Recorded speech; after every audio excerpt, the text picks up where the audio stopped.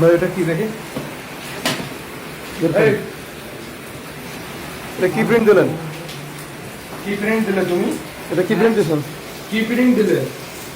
আমি তো জানি না। এটা কি প্রিন্ট দিছো? তুমি এডিট করতেছো, তুমি বসাচ্ছো, কিভাবে বলো? সুন্দর এটা করতেছো ভাই। সত্যি কথা বলো। মাফ করে দিন না, তুমি কত করে নাও?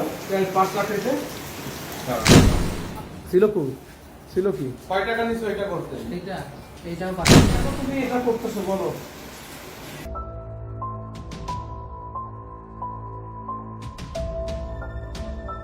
দীর্ঘদিন যাবৎ আমাদের অনুসন্ধানী টিমের কাছে তথ্য আসে খুলনার শিরোমণি এলাকায় একটি সিন্ডিকেট বাংলাদেশ সেনাবাহিনীর উচ্চপদস্থ কর্মকর্তাদের স্বাক্ষর জালিয়াতি করে ভুয়া নিয়োগপত্র তৈরি করে চাকরি দেওয়ার নামে প্রতারণা করে আসছে। এদিকে ভিটাবাড়ি গরু ছাগল বিক্রি করে চাকরির টাকা যোগান দিচ্ছে শত শত তরুণ তরুণী। পথে বসছে অনেক পরিবার। আমাদের কাছে তথ্য আসে বিপ্লব হোসেন নামে এক যুবক একটু পরেই খুলনার ফুলবাড়ি গেটে একটি কম্পিউটারের দোকানে ভুয়া নিয়োগপত্র তৈরি করতে আসবে। এ খবর শুনে আমাদের অনুসন্ধানী টিম ওই দোকানে প্রবেশ করে এবং তাৎক্ষণিক হাতে নাতে সকল কেলোর কীর্তি ধরা পড়ে। উদ্ধার হয় একটি ভুয়া নিয়োগপত্র। কি প্রিন্ট দিলে তুমি? এটা কি প্রিন্ট দিছেন? কি প্রিন্ট দিলে? আমি তো জানি না। এটা কি প্রিন্ট দিছো? তুমি এডিট করতেছো, তুমি বসাচ্ছো, কিভাবে বলো? তুমি জানো না? আমাদের জানা আছে না নিবাস।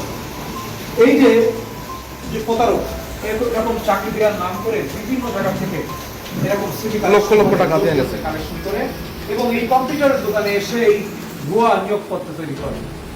আর এই ভুয়া নিয়োগপত্রের বিষয়ে আমাদের কাছে বেশ কিছুদিন আগে থেকে আমাদের কাছে স্পষ্ট তথ্য ছিল। আর সেই তথ্যর বিষয় নিয়ে আজকে আমাদের এই অনুসন্ধানে যে ভুয়া যে চাকরিদাতা, এই চাকরিদাতা আমাদের কাছে আজকে এক্সপোজ হয়ে গেছে। বিষয়টি নিয়ে বিপ্লবকে প্রশ্ন করা হলে তিনি জানান এই সিন্ডিকেটের সাথে বিপ্লব একা নয়, আরো অনেকেই জড়িত। তবে বিপ্লবের কাজ শুধু সার্টিফিকেট তৈরি করা। তার জন্য তাহলে ভুয়া নিয়োগপত্র দিচ্ছে কত পর্যন্ত? স্যার একদিন তো দিন আগে সব দিতে আসে, স্যার ধরা খেয়ে গেলাম স্যার। তার দরকার সেই জন্য স্যার চাকরি চলে গেছিল। হ্যাঁ? সেই জন্য স্যার চাকরি চলে গেছিল। তোমরা ভিডিও করছো ভাই, আমি তোমাকে বাংলা স্যার এই ভাষায় এলাকায় বাস স্যার, আমার তো এই যে স্যার শিরামণি ভাই স্যার মাফ করে দেন স্যার। আরে ভাই তোমাকে মাফ করে দিলাম, কিন্তু তুমি যে এই যে আর কোনোদিন আসুন না স্যার, আমি কাম ধরে স্যার। এই ভুয়া নিয়োগপত্র দিয়ে কত টাকা নিতা? আর কোনোদিন সত্যি কথা বলো, কয় টাকা নিছো? নিয়োগপত্র দিয়ে কত টাকা নিতা? সত্য কথা বলো। 5 লাখ না 10 লাখ? বলো না কত টাকা? 5-10 হাজার টাকা দিয়ে 5-10 হাজার টাকা চাকরি দেয়? আমি কি চাকরি দিয়েছিল? তুমি চাকরি দিচ্ছ? বিষয়টি নিয়ে অবগত করা হয় বাংলাদেশ সেনাবাহিনীর আর্মি সিকিউরিটি ইউনিটকে। তাৎক্ষণিক চৌকস এই টিম বিপ্লবকে সেনানিবাস এলাকা থেকে আটক করে এবং মোবাইল কোর্টের সম্মুখীন করেন। আর্থিক জরিমানা আদায় করে নির্বাহী ম্যাজিস্ট্রেট বিপ্লবকে ছেড়ে দেন। তবে আর্থিক জরিমানার পাশাপাশি জেলে প্রেরণ করা হলে শাস্তির দীর্ঘসূত্র কিছুটা সংশোধিত হতে পারতেন অভিযুক্ত বিপ্লব, এমন মন্তব্য সচেতন মহলের।